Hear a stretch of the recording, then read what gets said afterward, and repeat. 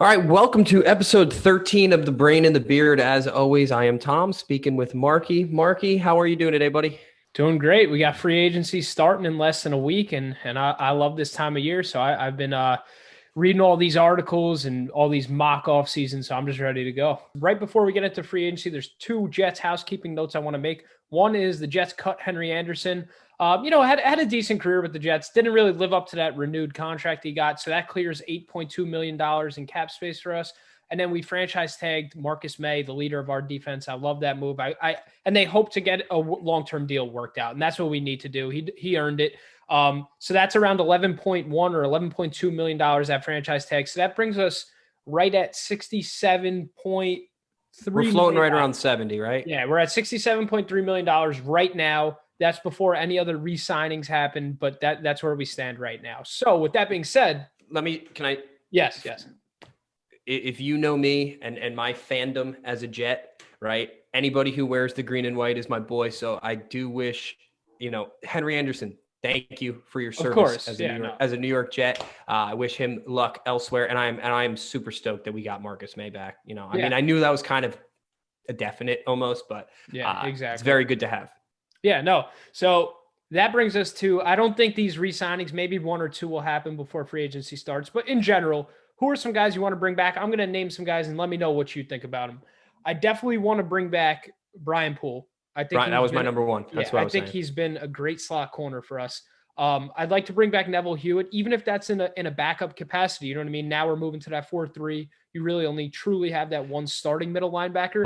But yeah, you never know if Mosley's going to be rusty or get hurt. I think he's a great guy to have on the team. Not even that. I think Neville Hewitt really proved this year that he is like a dog, right? Yeah, he is. So he definitely deserves a spot on the team, in my opinion. I don't think we're going to bring back, I mean, we could, Luvu and Lange. I guess if we're bringing back Hewitt, I would prefer to bring back Luvu versus Lange, but I'd take either or both. I think they're both fine. Luvu's a little bit more of an edge presence where Lange's just like all over the field. You know what I mean? So it really depends on our need. Well, I think it's going to come down to special teams out of those two. Yeah. No, you're probably right on that one. And then another one, I just think maybe like Matthias Farley, he's our special teams captain, backup safety. That's a guy they should bring back for about $1 million, whatever it is. And then I'd like to see him bring back Vincent Smith for that special team speed, like sixth receiver spot. So that would be $10 million for all those guys roughly. Do you think is Basham still under contract? No, so Basham is a tough one. I think it really comes down to because we switched the defense. He's probably going to be out of a role. Yeah, so he played hand in dirt 4-3 defensive end at Ohio like years ago in college. In the NFL, he's been a stand-up outside linebacker in that 3-4. You know what I mean? Whereas I don't know how much he's really going to fit into that 4-3 linebacker role. So he might be out of a spot. I think it depends on what they sign in defense at defensive end. You know what I mean? Going into the draft, they might want him as a backup plan if they whiff. But I'd say right now, maybe I would let him test the markets, even though he has been really great for us and developed well for the Jets. Cool. So that's pretty much, I was going to bring up Basham. I know you're a Basham guy. See your well, you know what? I am a huge fan of him. I know early on in our fetus portion of our podcast here. He was one of our dogs. He was our dog. And you know what? Same boat. I just think maybe I still love the guy. I think he's a great player. I just don't know if there is going to be a spot for it. And it might be better for him elsewhere. You know what I mean? Into a scheme that works better for him. So that means that brings us into the, unrestricted free agency, right? Guys that aren't on our team right now. I think looking at it, in a vacuum, interior offensive line is a glaring need, mostly the guard spot. But if there's a center you love, you could bump McGovern to guard because he did play guard and he was an effective guard in the NFL. Also on offense, you need a wide receiver. Maybe I would say they need to add to that running back room. And then tight end's a luxury on offense. I could see them adding a tight end, but they don't need to. And then on defensive side of the ball, you need a couple defensive ends. I mean, I know Herndon's your boy, being a Hurricane, but I think if we don't add a tight end, it's now or never for Chris Herndon. Yeah, no. He needs to step up in a big way this year. That's for sure. So like we mentioned, that's really the offensive needs. On defense, they need to add a couple edge rushers at defensive end, for that 4-3 Robert Saleh scheme. I'd like to see them add an outside linebacker, maybe that could cover. And then definitely corner. We need to add at least one corner, maybe two. between the draft and free agency. So with that being said, let's start up right at interior offensive line. It's the guy that all Jets fans are clamoring about. Now that Allen Robinson has been franchise tagged, maybe we could get him in a trade, maybe not. We're not going to include him here. Interior offensive line, Joe Thuney. Wait. When did that happen?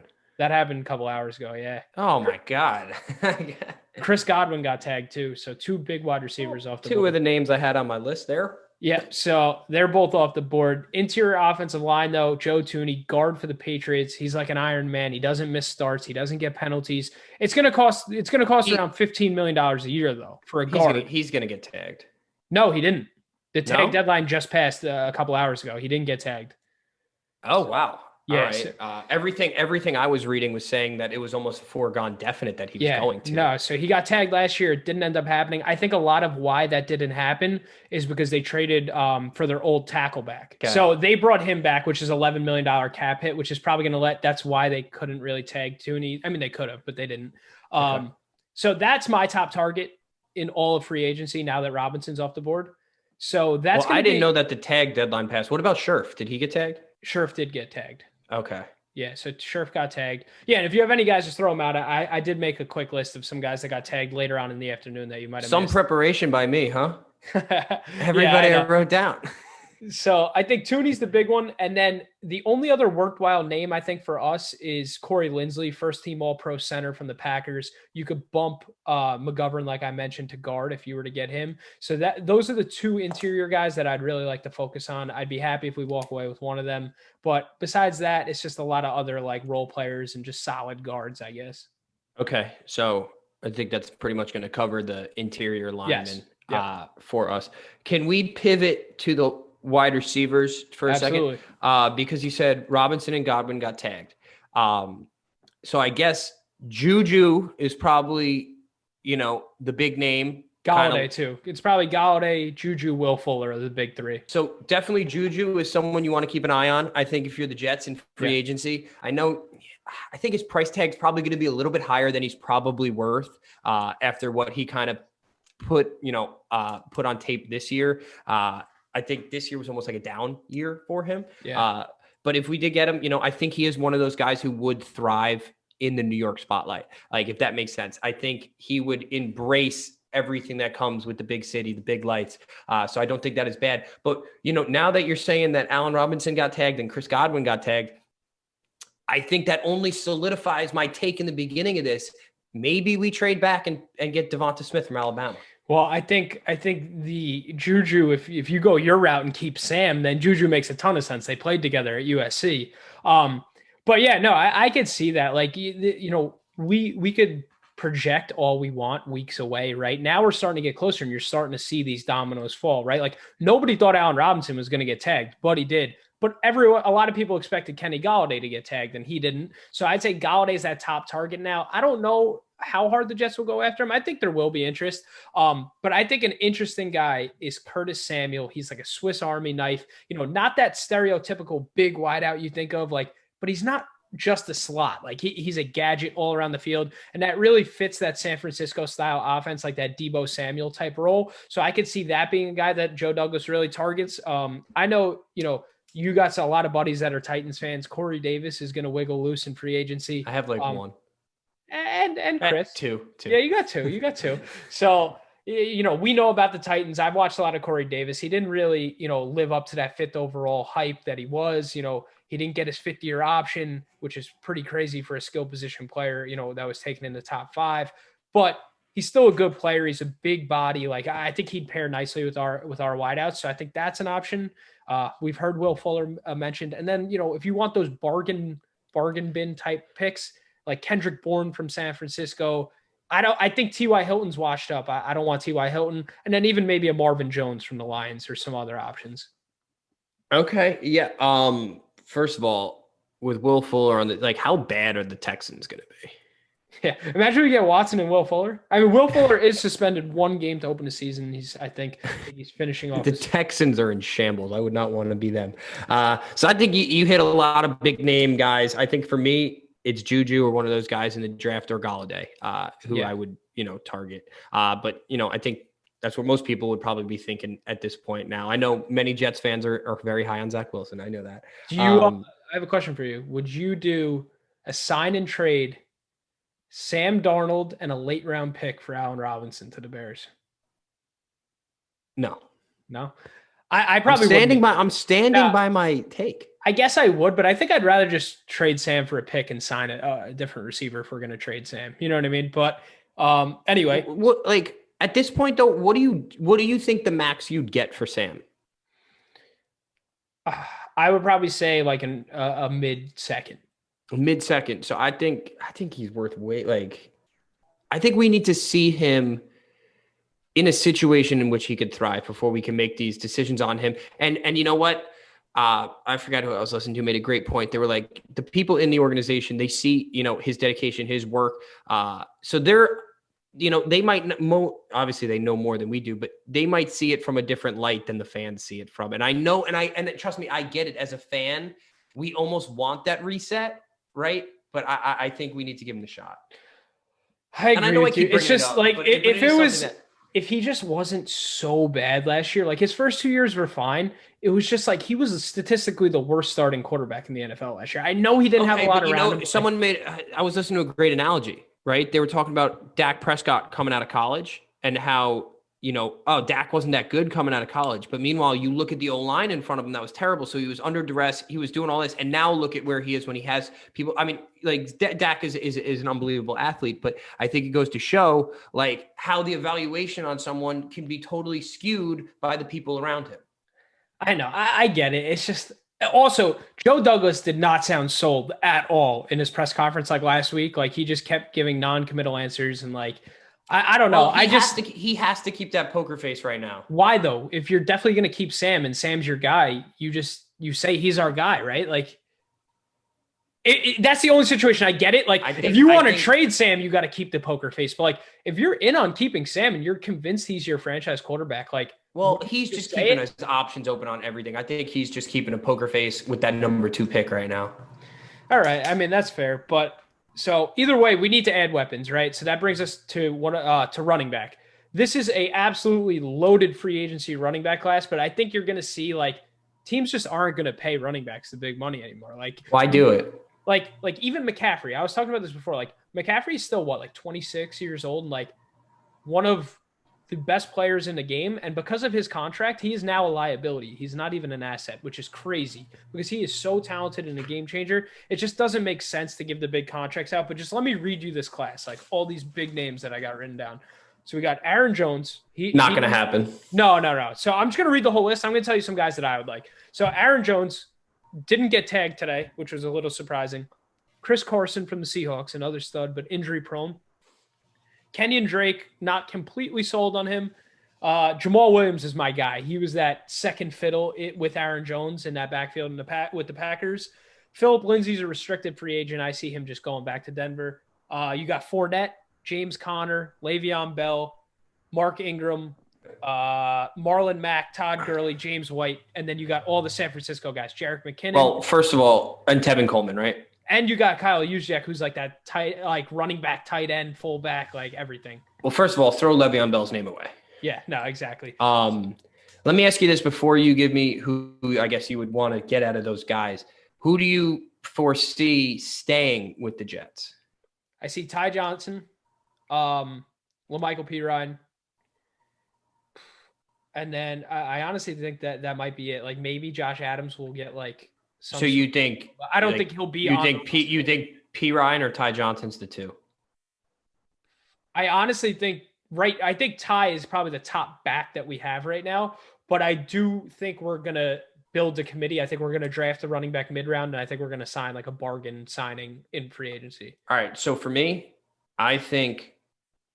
Well, obviously, I know this is more so free agency, but I think ETN is going to be available at 23, hopefully. And I think that would be an unbelievable pick. I think he might be there at 34. I think you'd have to pull the trigger at 23, though, if that's your guy. Or if you don't want to go that route, I think with LaFleur, one of those San Fran guys. Yeah. So they come in. I think Tevin Coleman, right? I think he would be a good fit coming in with that offense. I definitely see the Jets bringing in 1 to 3 guys from that San Francisco team in this offseason. I totally agree. Whether it's spread out between running Sherman, back, wide out, corner, defensive end, whatever. Yeah.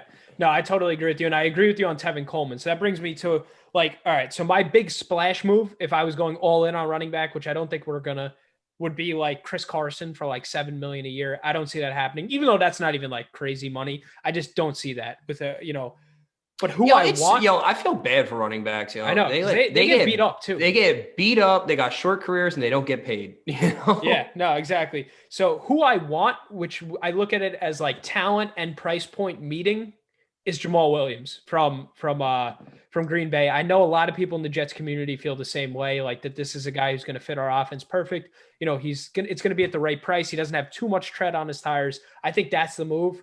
And then my 2 bargain guys, like you mentioned, Tevin Coleman and then Marlon Mack. Marlon Mack, he had a very good start to his career with the Colts. I think he tore his Achilles, so he's going to come real cheap. So okay. Those are my 4 guys that I'd like to, maybe sniff around on. So, and then would you be in on ETN, or do you think our backfield would just be too young then? Oh, no. I don't think I would take a running back with the 23rd pick, but if ETN or Najee Harris is there at 34, I'm definitely considering that. By the way, I'm looking at you right now. I'm sorry to change. Do you get the new chain in? Oh yeah. That's fresh. Chain in. I also, for the people who aren't visually looking at this, we haven't brought it up yet. I think we're 20 minutes in. Tom has shaved his beard down to a significant stubble. It's a beard, but all right, let's be real. Look, my hair's getting long. All right. My beard was getting long. I do have a job that I was trying to look relatively professional for, and I just trimmed it up. It'll grow back. Mine grows back quick. You actually have a bigger beard than I do right now. It looks good. No, I like your beard. I don't think so. I mean, for me, this is long, but for you, this is probably, nothing. But so for those of you who are just listening, Tom, the brain in the stubble, or the brain in the no beard. But, and then our last offensive position group, like I said, I think this is a luxury. I'm only going to name a couple names here. Let me go first. For tight end? Just in case they got tagged. All right, go. I love Jonnu Smith. Did not get tagged. Was from the Titans. Yep. Love him. I like Mo Alley Cox from Indy. That's a good sleeper pick. I didn't even put that on the list, but I saw that and I like that pick. I like Mo Alley Cox, and this would be an absolute gamble as a GM, so I don't see it happening, but Pitts. Okay, in the draft, you're saying. In the draft. I don't think we go that high with a tight end. I think there's just way too much risk to do that. But if you come down to 8, if you go down to 8, then maybe. Yeah, I don't think he'll be there at 8. But we haven't had tight end play since Dustin Keller. I know, man. I love and Dustin Keller. Look at all these great teams, all the great teams in the NFL. They're throwing the ball at tight ends because tight ends are a mismatch. They could be LaFleur's George Kittle. Essentially. Maybe they go that route. So Sammy. I think the 2 big splash free agent tight ends, if we're going to go that route, they both did not get tagged today. Hunter Henry from the Chargers and Jonnu Smith. They're both going to hit unrestricted free agency. How many touchdowns did Jonnu Smith have this year? I don't know, but a lot. 12? Yeah, he was a beast. And then Gerald Everett's probably that next step down. He was in that committee with the Rams. And then I know people aren't going to like this. I have no problem signing Kyle Rudolph to a small deal, bringing that veteran leadership, blocking ability, safety blanket for potentially Darnold or Wilson, whoever it is. And then him and Herndon, I feel like could really work together. You know what I mean? I think that would be a good group. That would be really cheap because he's getting. Well, like we mentioned before, if we don't get someone, or if we get a blocking, and Chris Herndon's our guy, he needs to step up. Yeah, absolutely. It is imperative that we have that option or that outlet, because a tight end is a quarterback's best friend. And, we've been putting our quarterback, like I've been saying, in some terrible situations lately. So we need that. We need that safety. No, I agree with you. We need that. So now we're going to move on to the defensive side of the ball. This is probably the position the Jets have been lacking for the longest amount of time, and probably the most crucial hole we need to fill. But I think we could do it in the draft. But let's talk about, I think we need multiple defensive ends to bring in that edge presence. So I'm going to list off the elite, and then I'm going to get down to the very good. I think we should, shop in that very good aisle. So the elite, you have Shaq Barrett, didn't get tagged today because Chris Godwin did, of the Bucks. You got Yannick. I think he's the one we should go after before you keep rattling off names. He had 12 sacks in his sophomore season with the Jaguars. And then in his 5 seasons, he's never had fewer than 8 sacks. So, Yeah. I mean, that's a guy I think we want to put in our lineup. He's going to be a hefty tag. But look, we need to spend our money. So if it means, doling out the money, I'm good with that. Some other names, you got Melvin Ingram from the Chargers. From the Chargers. He's been there forever. He's getting a little old, but still a good player. And then these guys are more outside linebackers and 3-4. So I don't know how well they fit, but you got Bud Dupree and Matt Judon. Did Miller get tagged? I don't know. Actually, I don't know. I don't think so. Okay, because I had Bud Dupree, Von Miller, Shaq Barrett, and Yannick Ngakoue as like my names that I would want. Yep. And then the guys that I'm really looking into, they're defensive ends. Like they're down, hands in the dirt, more under the radar guys. I think a lot of people do know them, but Carl Lawson of the Bengals, stud, really underrated player. Trey Hendrickson of I go off of Carl Lawson. Yeah. I didn't know much about him, but like through my research, he only had like a few sacks, like I think like 5.5 sacks, but he had like 32 QB pressures last year. His pressures were insane. Like he was getting there, right? So he's wreaking havoc. He's getting there. I know the numbers might not have been there for the sacks, but the QB pressures were 32. That's ridiculous. Exactly. So, and then you got Trey Hendrickson, who's more of like the opposite. Like he was all sacks, and maybe that's an inflated number. I think he had 13.5. And then lastly, Romeo Okwara from Detroit. So he's another big time player, young guy. Those are my 3 targets. I'd like to land either Lawson, Hendrickson, or Okwara if we don't get Barrett. Barrett would be the dream. I think that's too much of a pipe dream to come out here and say like that's who we should target. But one of those 3, middle tier, like underrated guys is who I'd prefer. Yeah, no, I think you put together a great list. And I mean, look, like you said, we have the money, you got to spend it, right? Yeah. So go after one of these big name guys who's going to make a significant impact. Like we didn't pressure. Like we never got like pressure. Like we're pretty good at run stuffing, but we got to get to the quarterback. And Salah's defense, he does not call a lot of blitzes. All of that pressure comes from those down defensive ends. So you need guys that could get after the passer, and that's an area where you got to have faith in a defensive coach to put together at least a very solid D line. And yeah, absolutely. And we have a great interior defensive line. Yeah. So it's a good start. So then at linebacker, I don't know if we're going to sign a linebacker, but like here's some like outside linebacker type guys. Matt Milano from the Bills, that would be nice because that would kind of hurt them and help us at the same time. He's going to be like $12 million though. He's going to be expensive. I don't see that happening. Jayon Brown I heard the Pats were interested in Milano. That wouldn't be great, but I guess it's the Bills are better than the Pats. So anything to weaken the Bills right now, I guess I'm all for. Jayon Brown from the Titans, great coverage linebacker. KJ Wright from the Seahawks. Denzel Perryman, my last 2, Denzel Perryman and Alex Anzalone. Do you know Anzalone's got the long blonde hair on the Saints? Yeah, I'm not a fan. I like both of those guys, but I don't. Yeah, they're both situational players, so I think I wouldn't mind giving them the opportunity to, flourish in that full-time role because they're both good at coverage. So those are really my guys. I would target probably one of those bottom 2 or last 2 that I said. Yeah, no, I'm with you. But I definitely like interior. Let's just hope Mosley doesn't have rust. Yeah, no, exactly. I think it's big to bring back Hewitt too. Yeah, for that reason. I mean, 2 years out of the game, like you might be a step slow. Like, and I hope he's not. Like, what do we get him for?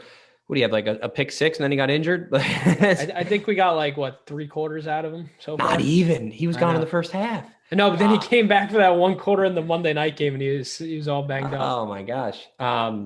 But yes, I mean, and then I guess the last position that is a need for us would be cornerback. I think it's almost, and I think Richard Sherman's coming. I don't think he's going to be too much of a price tag, right, with his age, like a price hit. Excuse me. And I think he loves Saleh.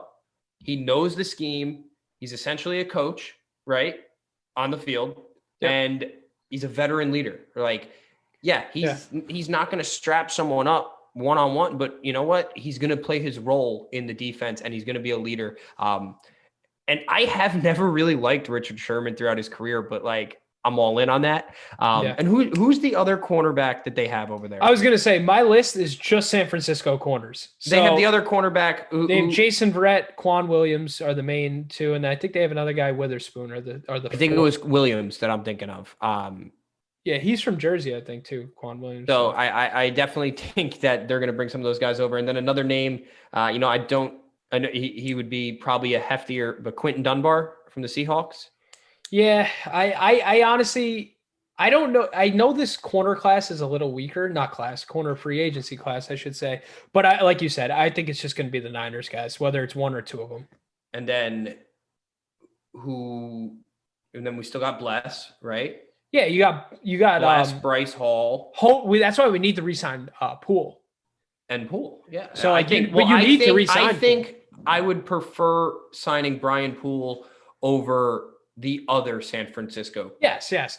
My ideal group that's not like unrealistic at all is Sherman, Poole, and then Bryce Hall, Bless Austin, and then like Guidry or Mollett, and then you could get a guy in the draft. Yeah, I like Mollett. Yeah.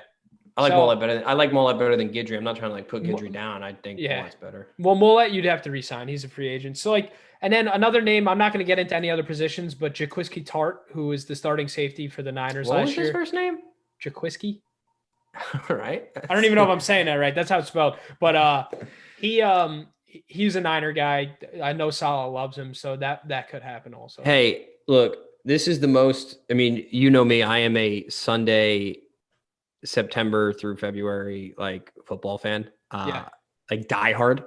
This is probably the most I've ever looked into our off season. Yeah. And you know what? Maybe I've been missing out. It's kind of fun to do all this. I know this is like, honestly, your Super Bowl in many respects. Yeah. So this has been good. Do you have any final remarks about this Jets team and where we're going in free agency? So I have a dream, but realistic offseason. So like I'm giving the guys their fair contract range. I don't think this is going to happen. I don't think we're going to bring in 5 or 6 guys that I want, but this is what I would do. Is this like including the money? Yes. So right now we're sitting at that 67 million. Say I cleared the 8 million we talked about with cuts, brings us to what, like 75 million. Then I would sign those guys I mentioned earlier. That's around 10 million. Brings us back down. Remind us who they were.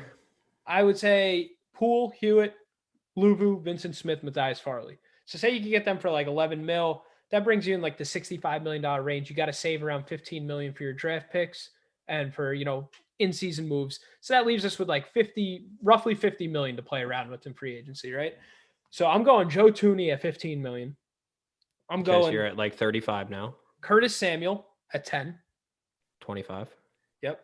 I'm going Jamal Williams, running back from the Packers at 4 million. 21.